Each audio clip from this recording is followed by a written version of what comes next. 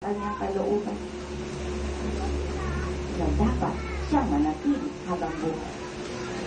Praise the Lord! Amen! Kung umiiyak kayo sa pagkawala ng mahal niyo sa buhay, iniiwanan kayo. Mas umiyak kayo na ang Diyos ay hindi kayo sinasamahan. Kapagkat ang taong hindi kasama ang Diyos, yan ang pinakakawawang tao sa balat ng lupa. Praise the Lord! Amen! At ang taong makasalanan ay nakatingin lamang ang Diyos. Naghihintay na ikaw tao ang lalapit sa Diyos. Ikaw tao makasalanan ang lalapit sa Diyos para sabihin mong Panginoon, heto ako, pakiakap po ako. At kung kaya mong akapin ang katabi mo, ay akapin mo at sabihin mong I love you because God is love. Kung kaya mong akapin ang katabi mo, magagawa mo sapagkat walang imposible sa Diyos. Kayong lahat ay magkakapatid. Huwag niyong kalilimutan. Kayong lahat ay anak ng Diyos. Show your love to one another. Give your love.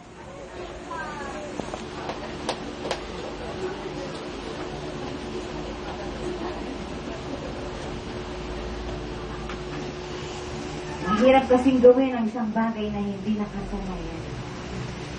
Pero kung nasa isang madilim na lugar yan, kanina pa ay nag-akapa na. Purihin ang Diyos. Amen! Amen! Sapagkat kung ang Diyos na ang nasa iyo, hindi mo na iisipin yung hiyak na yan. Sapagkat ang ipaparamdam mo ay ang akap na naramdaman mo mula sa Diyos. Praise the Lord! Amen!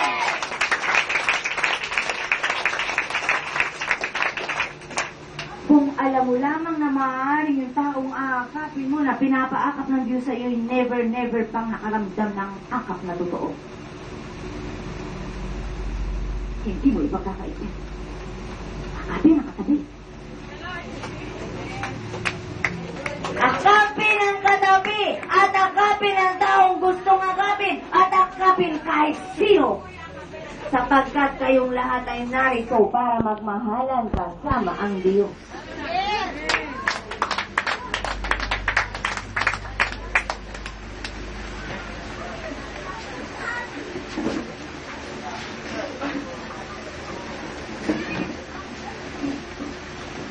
Ang akap ay iniuutos ng Diyos. At ang akap niyan ay babalik ng Diyos sa inyo, siksik-ligig at umapaw. Kasi yan na walang katapusan.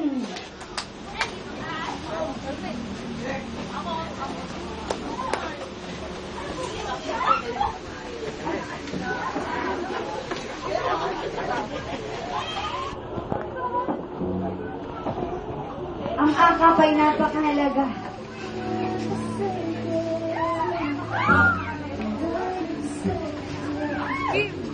Akap ng pagmamahal. Mahirap ibigayan sa kaway.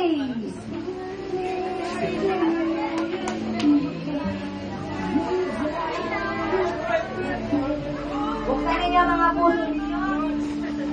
Ang akap ay nagpapalaya sa inyo. Puntahan ninyo ang bawat isa. Akapin sila. Ang Diyos na umaakap sa kanila. Kaya ibigay sa kanila ang akap.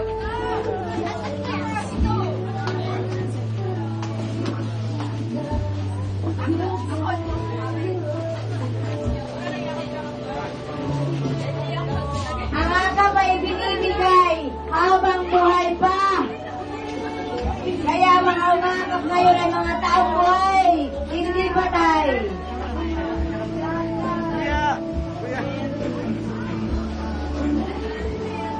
Sige, akap!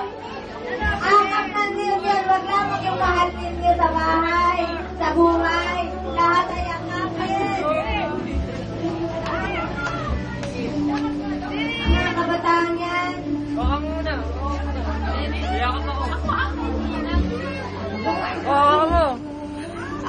Mga kabataan hindi nakakap ng magulang kung kayo magulang, akapin lahat ng kabataan. Magandang pag-aming kabataan na napapabayaan na ng magulang dahil sa kabisingan. Akapin ang lahat ng kabataan.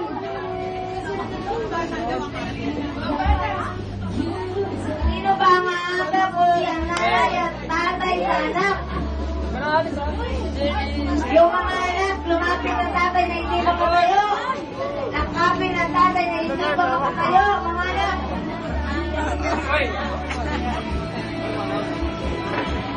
Ay, kuya. Gawin ninyo yan sapagkat minsan lamang dumating sa buhay ninyo ang tunay na pag-ibig. Huwag nyo nang hayaang makawala yan. Sapagkat yan ay galing sa Diyos na ipinamamahagi ninyo sa iba. Ano? Ayaw mo. Ala, ayaw niya. Ano, parang kumalit? At taong lumalaya ay tinasalubong ng pagmamahal. Kaya ang Diyos ay tinasalubong kayo ngayon ng angap na yan.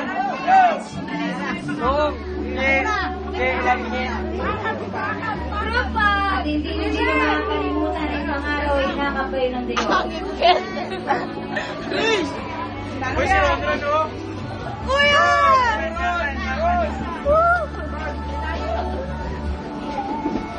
Yan ang nais ng Diyos ng kanyang mga anak ay mabalik sa piling niya. Sa pamamagitan ng akap na yan, nag-uumpisa ang bayan ng Diyos. Oo, di ako pumagbet. Kulang ba?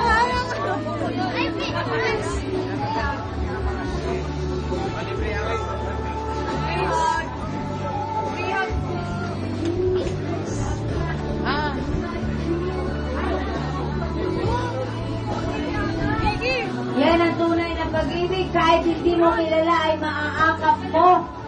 Pagkat Diyos ang ibinibigay mo. Ang akap mo. Ang akap na may pag-ibig na tinanggap mo galing sa Diyos. Oh, tita. Si Beb, si Pisakit. Yan ang akap ng mga buhay. Sakit.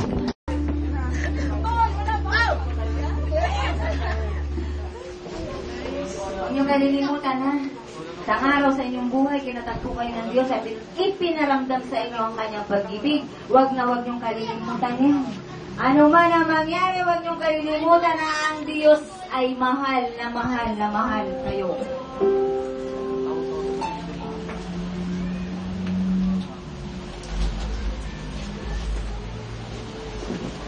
Tinanggap niyo ba ang pag-ibig?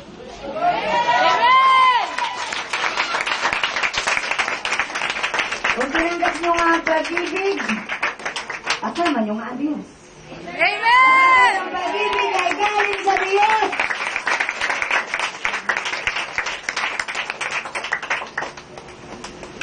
Huwag niyo nang hayaan pa na kayo ay madaya ni Satanas. Kung nabalikan yung lumang buhay, kung medyo nahihirapang umalis doon, sabihin mo kay Satanas, ibalik, mamatay ako. Ibalik, kunin ako ng Diyos, basta sa Kanya ako mapupunta. Praise the Lord! Amen! Kung mayroong mananakot sa inyo sa pagkakaalis kayo sa mga ganggang na yan, sabihin mo sa Panginoon, Diyos ko na tinanggap ko, sinabi mo, hindi mo ako iiwan. Sasamahan mo ako, kaya bahala ka na sa akin. Praise the Lord! Amen!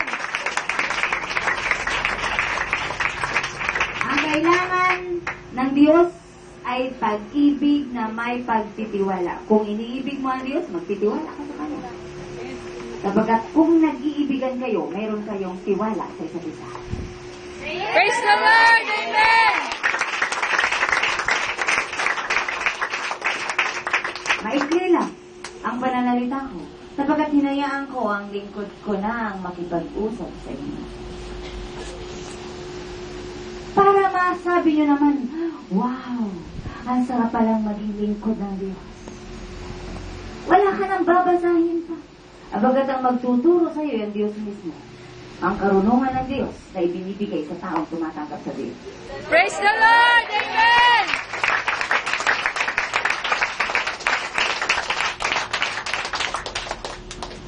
Subalit itong tinig na ito, pwede niyo itong kausapin. May problema ka sa girlfriend mo, may problema ka sa asawa mo, may problema ka sa nanay at tatay mo.